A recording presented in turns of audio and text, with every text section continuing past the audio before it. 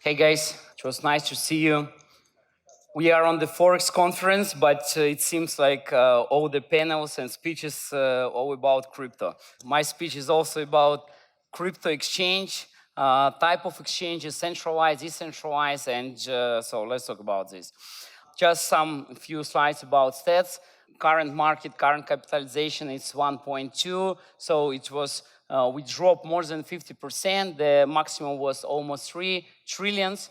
Major coins drop also, as you can see, like Bitcoin now a bit more than 500 is 200 billions, and altogether it's already, along with the stable coins, the 80% of all this 1.2 trillion capitalization, it's just all the majors. So 20% it's rest, but 20% it's like thousands of coins and tokens.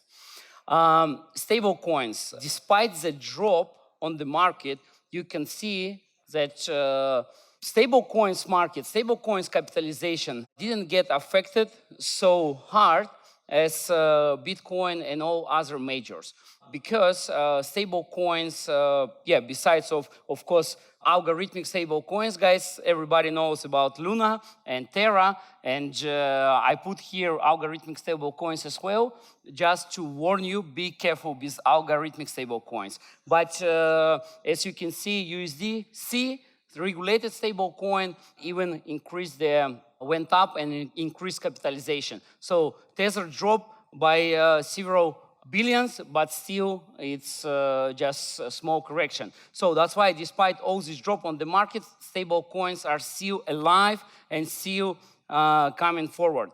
And NFT, you know, it was a peak when it was December, or like, let's say 2, 3, 4 months ago. It was one of the hot point of this NFT hype. And you know, even I came to one conference in Dubai, and I saw there tattoo masters, artists, dancers, you know, and I came there and I asked myself where I am actually. It was NFT conference, and everybody was trying to do this NFT everything, you know, so that's why it's dropped now back on the ground, and I don't think that it's gonna be evolved. Anyways, but still, market is growing up, and industry, a lot of new players coming in, as you can see here.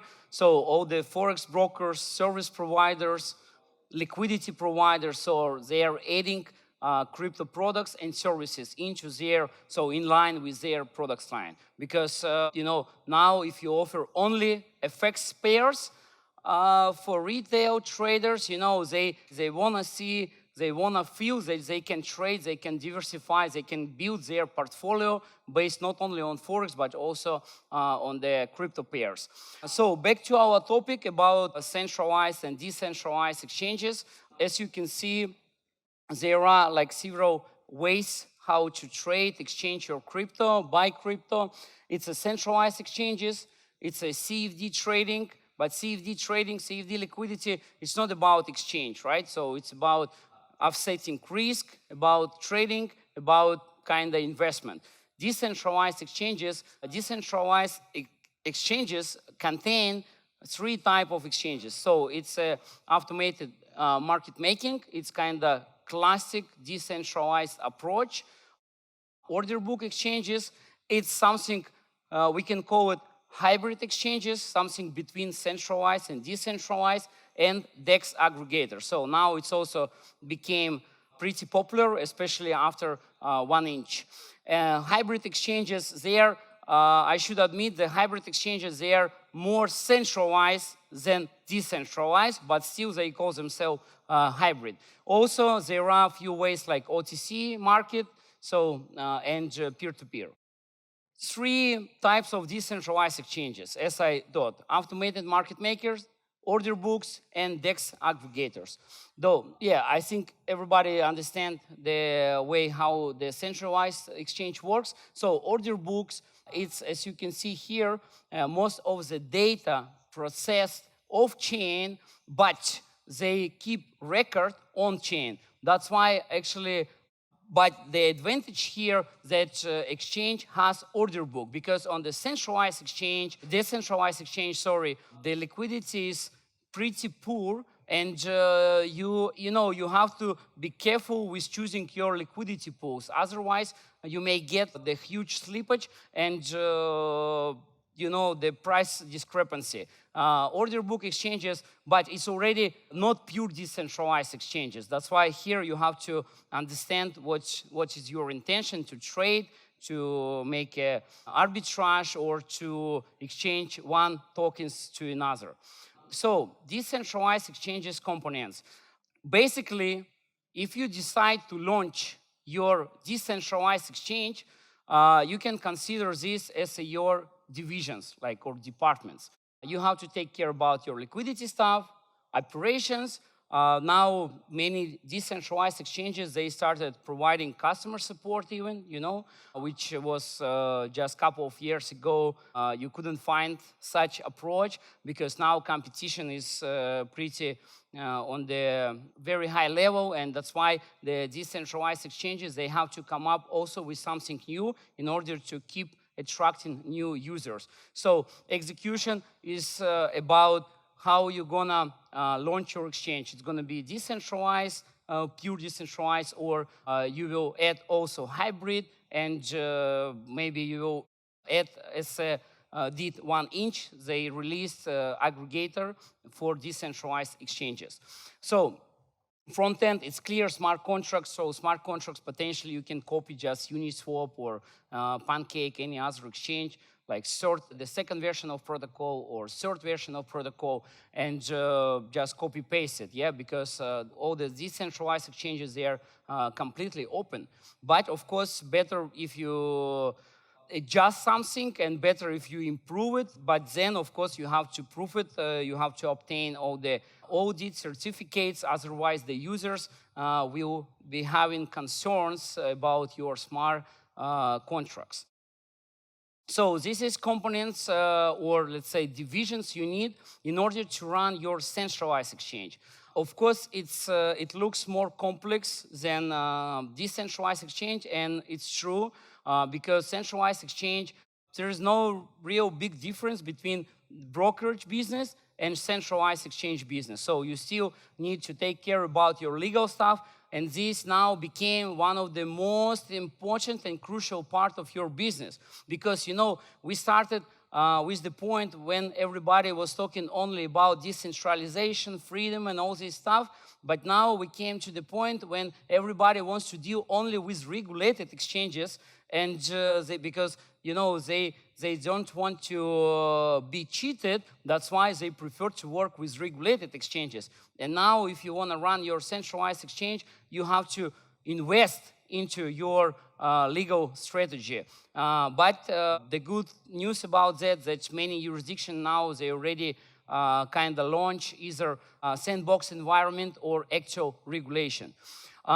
So technology stack, it's also, as always, you need a pretty big and experienced team in order to run your or develop your order management system, mobile applications, wallets, third-party integrations, hosting, blockchain infrastructure, and all this stuff. So it's just, I actually showed here only key components. So if we can deep further, and but in this case, the slide will be much bigger. So then liquidity part of exchange. Here, also you can potentially just connect to another exchange, your exchange, and use brokerage approach, but it's not the original way how to create liquidity on your exchange, because don't forget that matching engine, it's completely different to just brokerage platform, because on the brokerage platform, potentially, you can confirm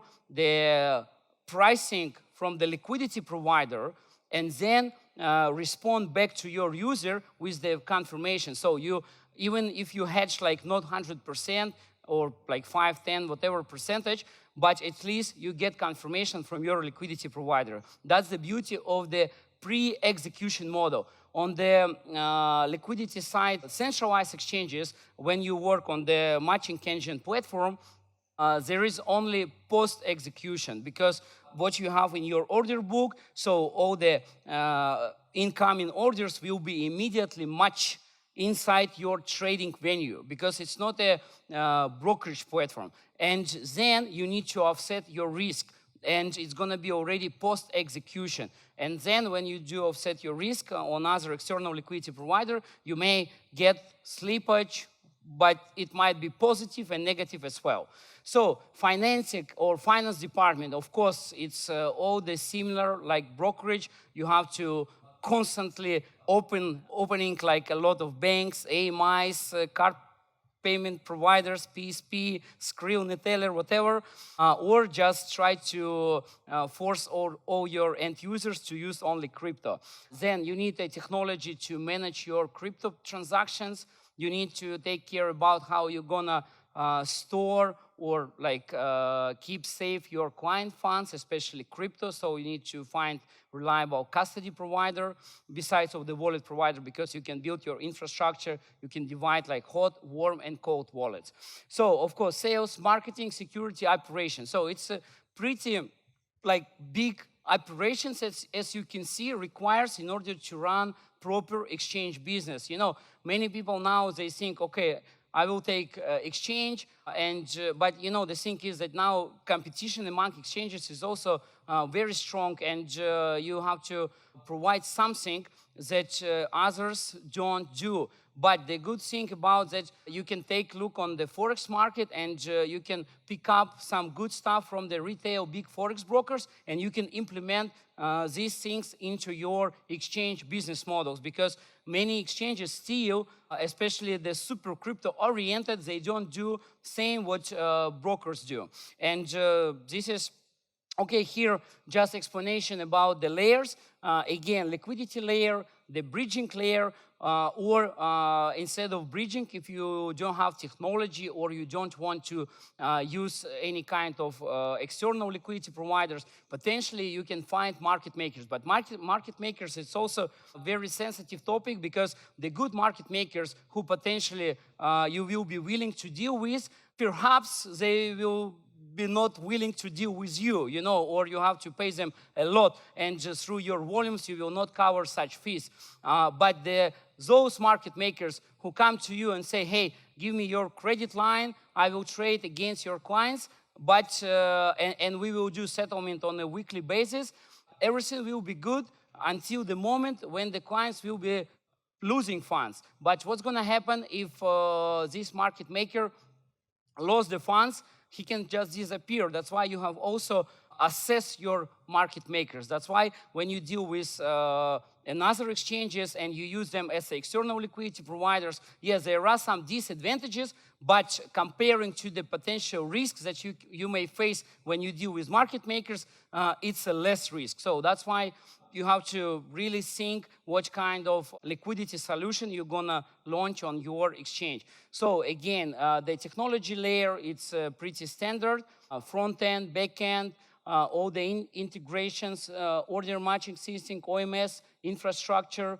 and of course, here's like the big blockchain environment also. You have to also think about how you're gonna keep up and running all your blockchain nodes. You need to monitor all the upcoming updates. You have to prepare, and a lot of blockchains, they really literally don't have any documentation, so zero. Sometimes they do updates without any kind of notice, and so you should be always on standby mode in order to, you know, what's going to happen tomorrow. Because nevertheless, that crypto is a huge industry now, but blockchain technology itself, it's still young, you know. And I believe the guys here who deal with blockchain nodes, blockchain technology itself, not as a business, as on the tech side, they will understand what I'm talking about. It's every day something is going on there, something new, and you have to update on a permanent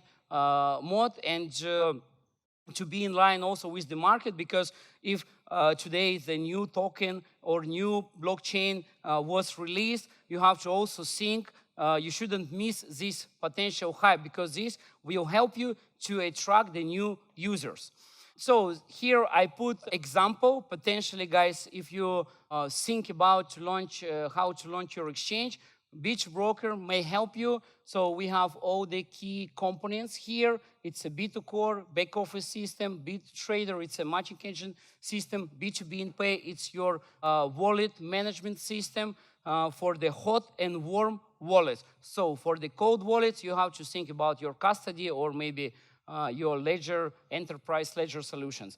Then trading UI, mobile application, and of course liquidity. We also, because we had to build our own liquidity hub where you can construct your own liquidity, because sometimes you are not okay with our liquidity, or you want to have some new coins and tokens. So basically you need to really construct your liquidity, and you want to take, for example, 50 coins from Binance, 30 coins from Bitfinex, these two new coins from Huobi. On FTX, you want to take perpetual futures exchanges. So you want to construct your liquidity. You want to run your spot business and perpetual business. And in this case, the Marshman Hub is ideal solution to be connected. So what all you need to do, just open corporate accounts across all those exchanges that I mentioned, and connect our Marshman Hub technology to those exchanges. Then construct your liquidity. Then you have to prioritize your liquidity. So you say, let's say Bitcoin, dollar from those exchanges is going to be primary, and this exchange will be backup. So we have also failover system, and you can do everything automatically. The good thing about Marshman Hub that it supports any numbers of tiers in the order book, and you can present your exchange properly. Because, I know some of the exchanges, they try to take liquidity from CFD providers, not the spot liquidity, and present it as a spot liquidity. But, they have only in the order book like 5-10 layers, and it looks very strange, So that's why through Marshman Hub, you can still run your at least 200 layers in your market depths. Even for the margin exchanges, some of our clients, so they take our pricing from Marshman Hub, because it contains like 200 levels, and you can build your margin exchange, or even you can price through your existing Forex brokerage platforms. You can price like 200 layers, proper pricing for your clients. Then in this case, they will not have questions, like what is this? We better go on Binance or any other exchange. So here, guys, I'm running out of time, so please take pictures. There are 2 slides about the difference between centralized and decentralized exchange. But look, the real question here, it's not about differences. Yeah, there are some advantages and disadvantages between all those business models. But the thing is that what kind of exchange to launch, especially if you are already existing Forex broker. You need to launch centralized exchange or decentralized exchange.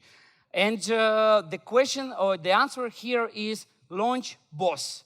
If you are not sure, launch centralized exchange first, especially for the Forex brokers, existing Forex brokers. For them, the idea behind centralized exchange, it's much more close to your existing business operation. So if you have already your business units, potentially you can hire more people, or you can reallocate resources from the existing operations for the new type of the business.